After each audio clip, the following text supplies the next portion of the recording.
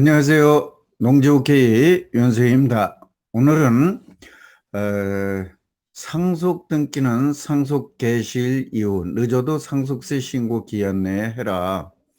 두고 놔도 봤자 골칫거리다 하는 이야기로 가지고 여러분들과 이야기를 나눠보고자 합니다. 우리 주변에서는 의외로 상속 등기를 안 해가지고 그대로 피상속인의 명의로 되어 있는 부동산들이 굉장히 많이 있습니다. 여북하면 국가에서도 대략 한 10년에 한 번씩 부동산 소유권 이전 등기 특별조치법이라는 걸 제정해서 시행하고 있을까 싶습니다. 그래도 등기를 안 하고 버텨요. 그 이유는 뭐 각각의 사정이 있겠죠. 예. 이번에 지금 제가 이 얘기를 들고 나온 것은 추석이나 설 명절을 지나고 나면 여러 가지 이야기가 있어서 그럽니다. 어쨌든 간에 다시 한번 상속재산에 대해서는 상속세 신고 기한인 6개월 이내에 정리하는 것이 가장 좋은 방법이라고 봅니다. 이 기간 안에 협의가 안 되어서 상속 등기를 못 한다고 하는 것은 시간이 지난다고 해서 이것이 더 좋게 해결될 리는 전혀 없다고 봅니다. 그러니까 협의 분할이 됐든 법정 상속이 됐든 이 기간 안에 그냥 마무리를 지어 놓는 것이 좋습니다. 그래서 제가 이 얘기를 쓰게 된 게 조금 전에 저거 했지만 설과 추석 명절이 지나고 나면 상담하는 상당 부분이 어떤 거냐면 할아버지 재산을 큰아버지가 다 가져갔다느니 2, 3천이 다 갖고 우리 엄마는 하나도 안 줬다느니 증조 할아버지 재산이 있었는데 큰 집에서 다 가져버리고 우리 아버지 그러니까 우리 집엔 한 몫이 없다느니 또 뭐 심지어는 처남이 다 가져가 버리고 우리 바보 같은 아내는 하나도 챙기지 못했다 하는 이 상속재산에 대한 불만과 다툼을 하는 걸 보게 됩니다.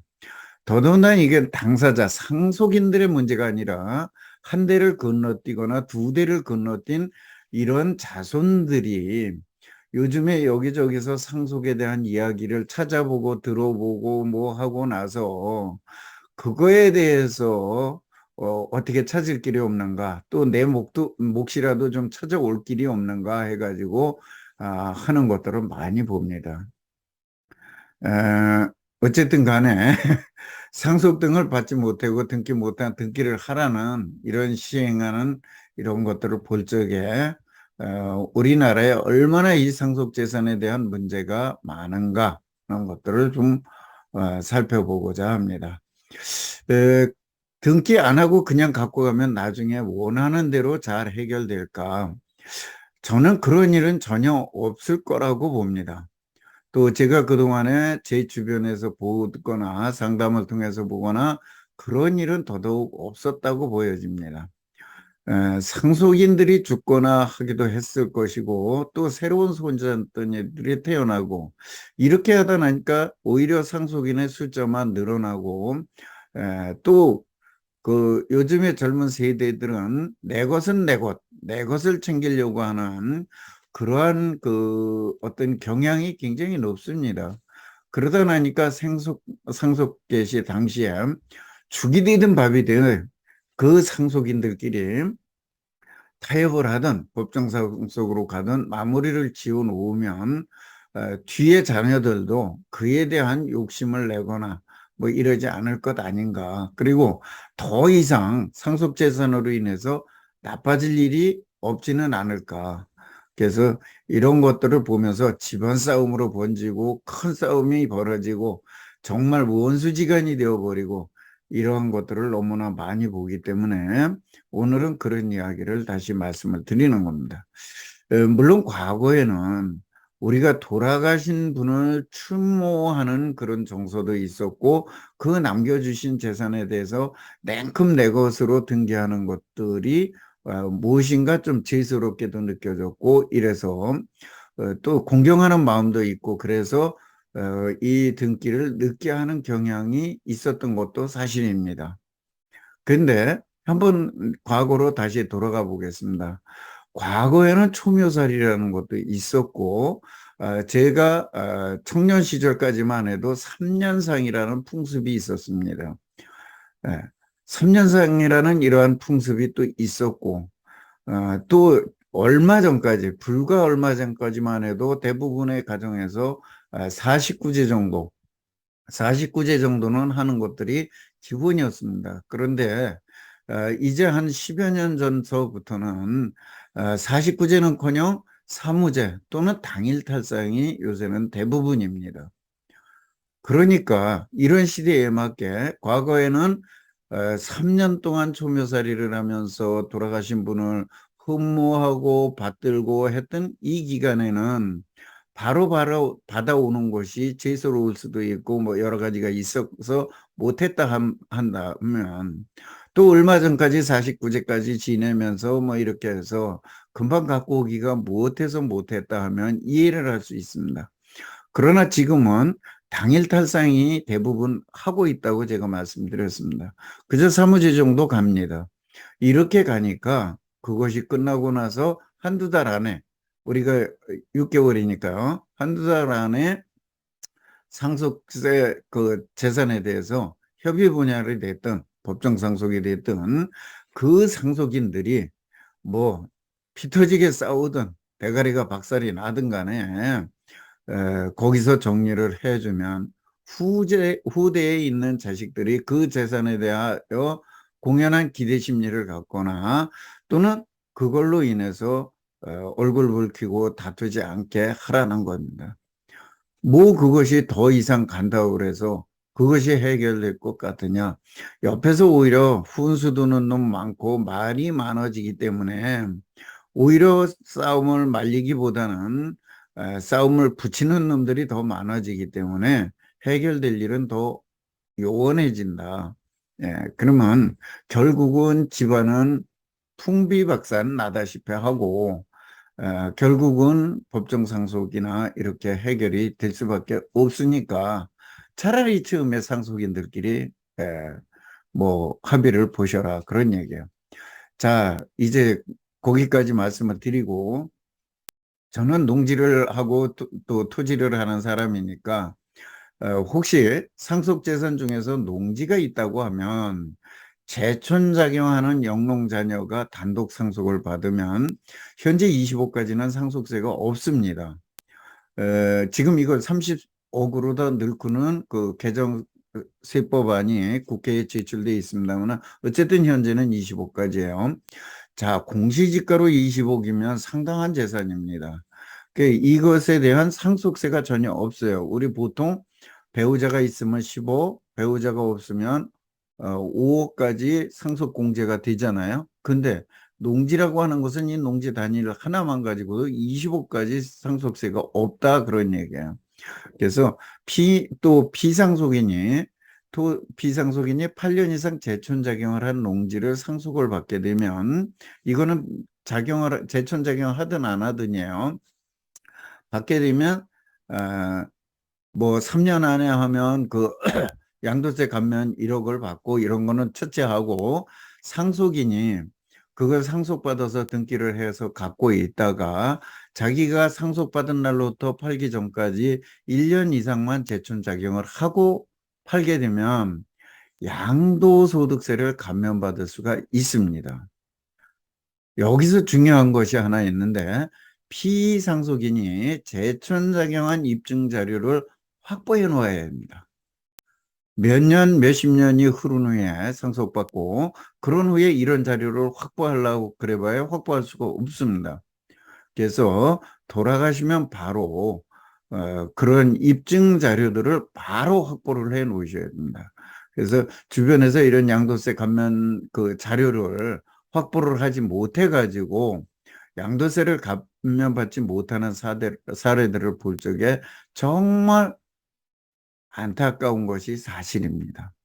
그리고 8년 이상 재촌작용한 농지를 자녀들이 재촌작용을 안 하고 있다 판다 그러면 이건 또한 언제 팔아도 사업용 세율이 됩니다.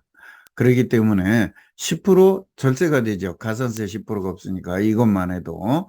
그래서 이 서류는 부모님이 또는 돌아가신 분이 8년 이상 재촌작용을 했다 하면은 적어도 거기에 있는 필지수보다 한두 분은 좀 더 많게 그 재촌작용에 대한 입증 자료를 확보를 해 놓으셔라. 이 말씀을 꼭 드립니다.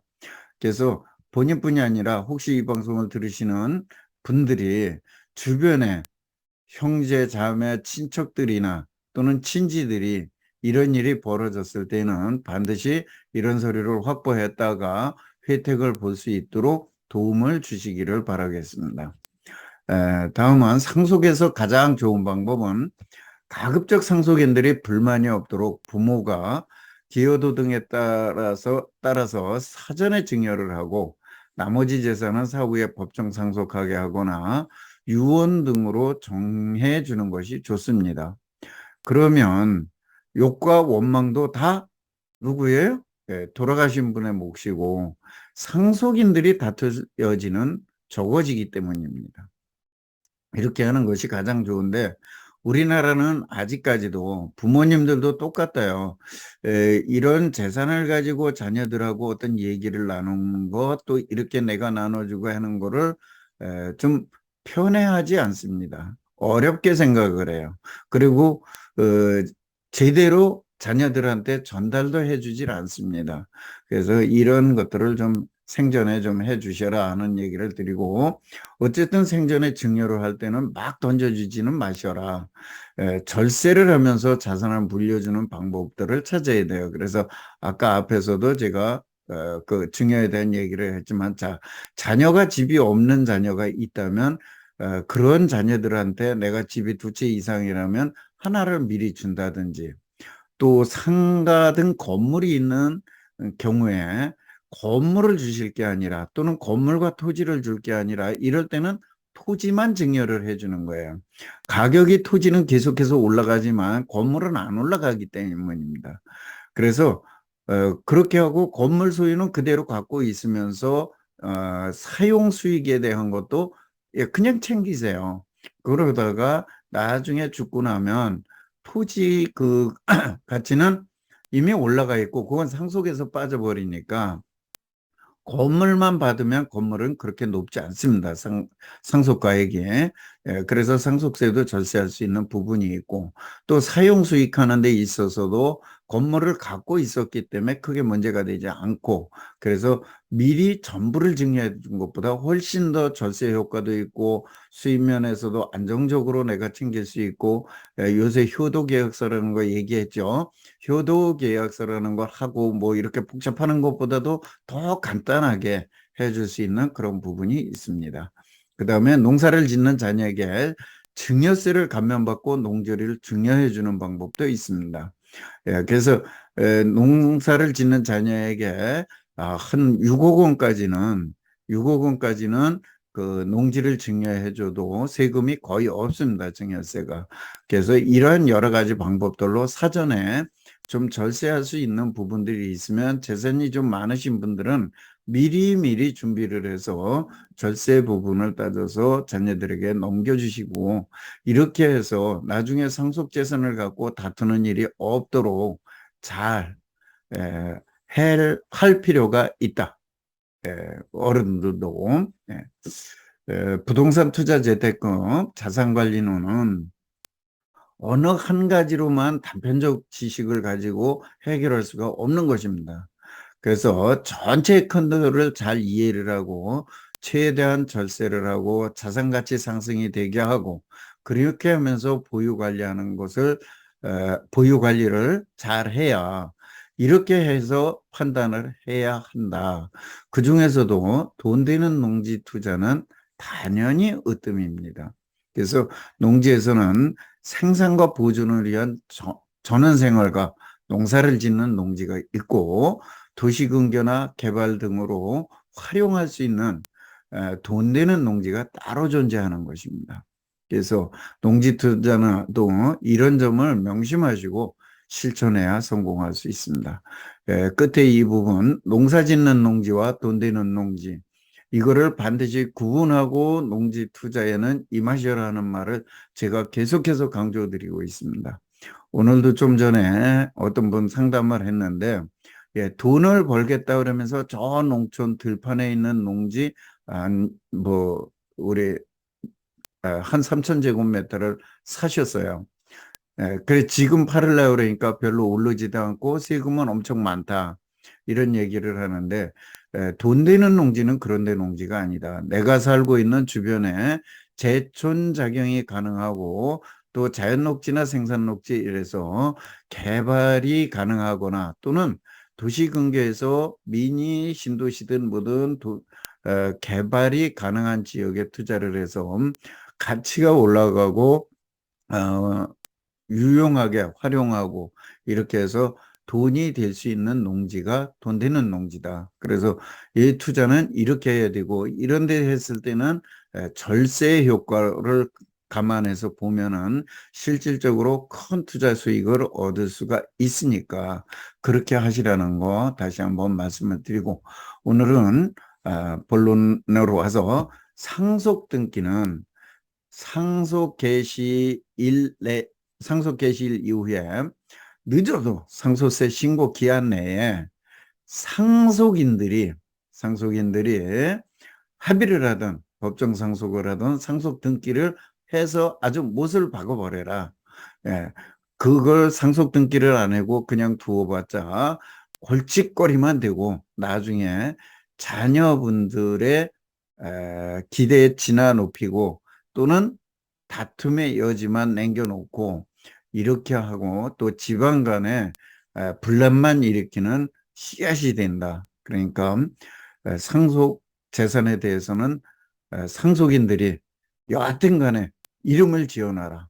과거하고 모든 풍습이 달라졌으니까 그렇게 하셔라 하는 말씀을 드립니다. 어, 앞으로도 여러분들과 부동산 투자, 특히 농지나 토지 투자에 대해서 여러분들과 좋은 정보 공유하면서 여러분들에게 도움될 수 있는 이야기로 계속해서 만나 뵙도록 하겠습니다.